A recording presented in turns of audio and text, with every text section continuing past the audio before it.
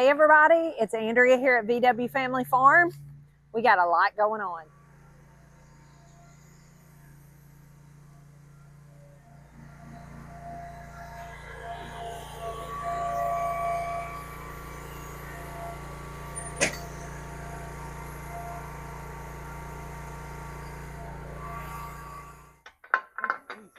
Huh? I said, this has been pretty easy. Really?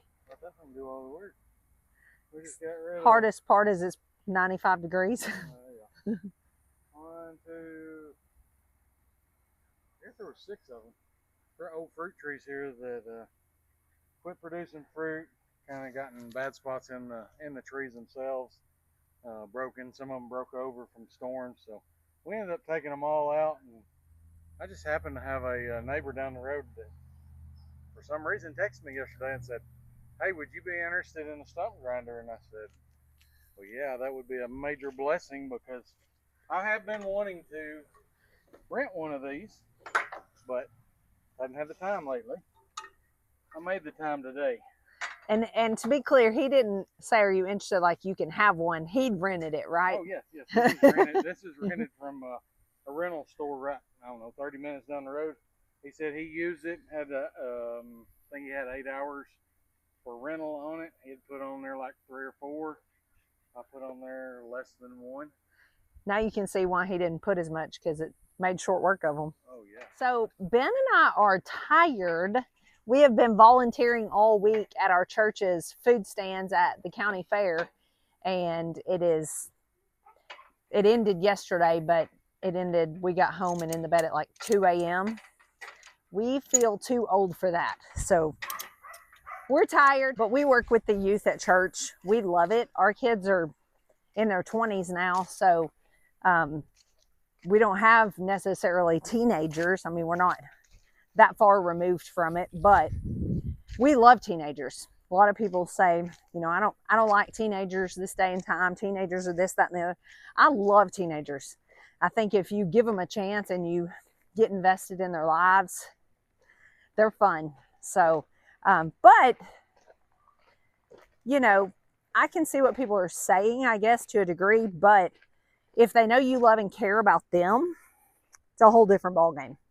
If you just come at it like, hey, let me just tell you how awful and terrible you are and all the things that's wrong with your generation, they probably aren't going to like and respect you very much. So I think if you come at things with love, there's some really cool, fun people to be around and full of life and energy. And we just not gave that up yet, that part of our life and ministry. So that's who we've been working with all week, and it's been fun. But it's back to work. I have one cow that I have to milk 7 days a week. So that's what we're out here doing. You can see that is insulation actually from under my dishwasher. We had a dishwasher problem, got that fixed. So this is my milk room. Everything is out here that I need. It is so awesome. Got my milk tank, my sinks, my lovely artwork by Emily. Then we got the milk room, looking so good. And I try to keep this swept out. I mean, it's not like mopped or anything, but I try to keep it swept, organized. I got my feed in that trash can. One of these days, maybe I'll have feed, like a big grain bin out that window, but don't right now. So I just haul it up into this trash can. I'm about to call the cows up and show you how easy this is, how easy they come. So I haven't even called them yet. The one I need is right there in the front. She wants to be milked, so that's why she's coming. Everyone else is following. So that's good. This is gonna work out good. Came right in. She's good. They want feed. She went in the milking stall. While I'm waiting on the calves, look how good the barn looks. This is the end that it had a lot of rotting wood. That's a block wall, so I realize that still could use a fresh coat of paint, but look at the metal. Look at that end of the barn. It's got a sliding door, and then it's got a big opening for the calves to go in. Calves walk right in like clockwork. You know what they say though, there's always one.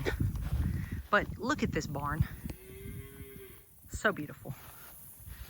Come on, sis. Let's go. Let's go.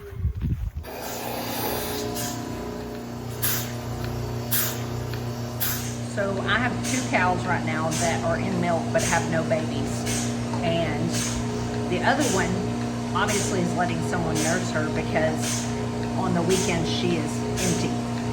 They all have milk when I separate the calves off. But this one, we call her Black Ears because her name is like Archduchess or something, and we just called her Black Ears. But she has the cutest black ears and tan body. She's cute. But she is not one of those that just lets anyone nurse her. I've seen them try and she kind of shoos them away. So you've got different personalities in cows, and especially in milk cows and in Jerseys. Some are excellent nurse cows, meaning they'll let others nurse them. There's pros and cons to that. We've had Jeff or Pyrenees. She's an adult cow. She will stand around and nurse other cows if they'll let her, and some of them will. Then you've got ones like this that won't let anybody. Okay, that's good as far as you're not gonna have the problem like we're having with Pyrenees, but you're also, if they're in milk and you have to wean their calf or they lose their calf, like in this situation, they're not gonna let anyone else nurse. So you're tied to milking.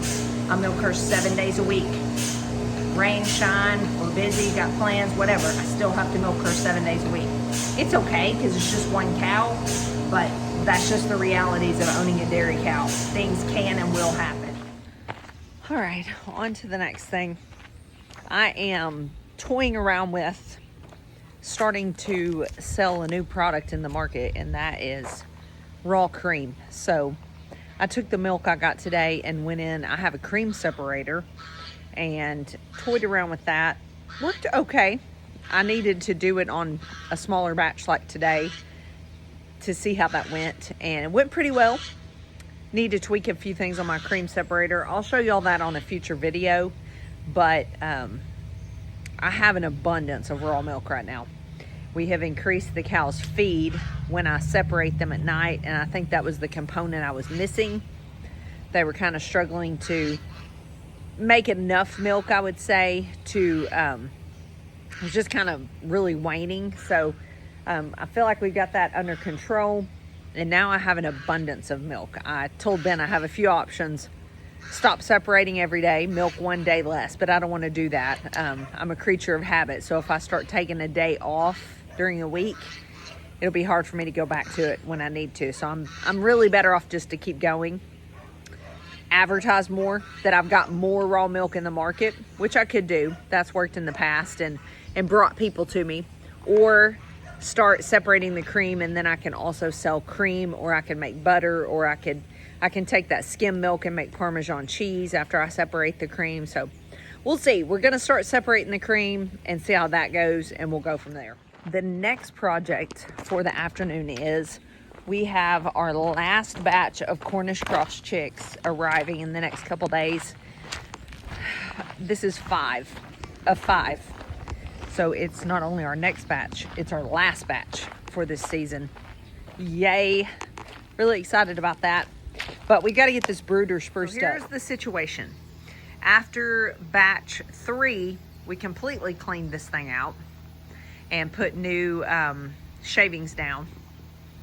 So the first 3 batches, I did what's called sprucing it up, and I would add more shavings on top, or we were using rice hulls at the time. And that worked really well. So these last 2 batches, we've done 1. It's kind of messy in there. We took them out and gave ourselves a week for it to just sit undisturbed and kind of dry up a little bit in there. And now I'm gonna take these and put them over the top and get it fresh in there for the new little chicks to be on fresh shavings, and we'll be ready to roll. So we got the shavings in there. You can't see it a lot right there, but past Ben, it's good, it's clean, it's dry, gives them a good place to start. I've got the feeders filled up. They're coming this week, so trying to get all this ready. You can see Ben is putting the end wall back on. That's all really we need right now at this point in the year. If you're new to raising chicks, one word of advice is that if you don't start them so early in the spring, so if you start your chick raising, midsummer, or like this is almost fall, then you don't have to have such a warm place. I went in there and it is 95 degrees in there right now. That's really a good temperature for starting chicks, so we won't have any heat on. The indoor will be open. That's just to keep them safe and keep predators out and keep them in. So it's actually a much easier time to raise meat chickens. It just all depends on when's your chickens raising season over where you are, if you're raising them out on pasture. For us, our last batch will go in November. By then, even if we've had a frost, they will be big chickens by November. So ours will be fine, but that's going to depend on your weather. When do people typically stop raising them in your area in the fall? So, and then you kind of can count backwards and figure out when do you want to start your last batch. So that's what we're doing. Really excited to be at this point in the season because it's not been bad, honestly. It's kind of like I was telling you with the milk. If I stop doing something, it's the getting started back that's hard. But this has went on since the spring for us, so it's just part of our daily chores. It's not that bad, but I am, to be honest, looking forward to a bit of a break. We are tired. That is it for this vlog, and I will see you guys on the next one. Thanks for always coming along and hanging out with us, and we appreciate you guys more than you'd ever know. I just encourage you guys, after everything that's happened in the world the last few weeks, all the division, all of the posts and comments and everything that I know you guys are seeing in all the videos. Love people. Love those close to you. Love those who are different from you. Just take care of each other. Be there for people. Speak a kind word. I'll see you guys on the next one. Thanks for watching, and God bless.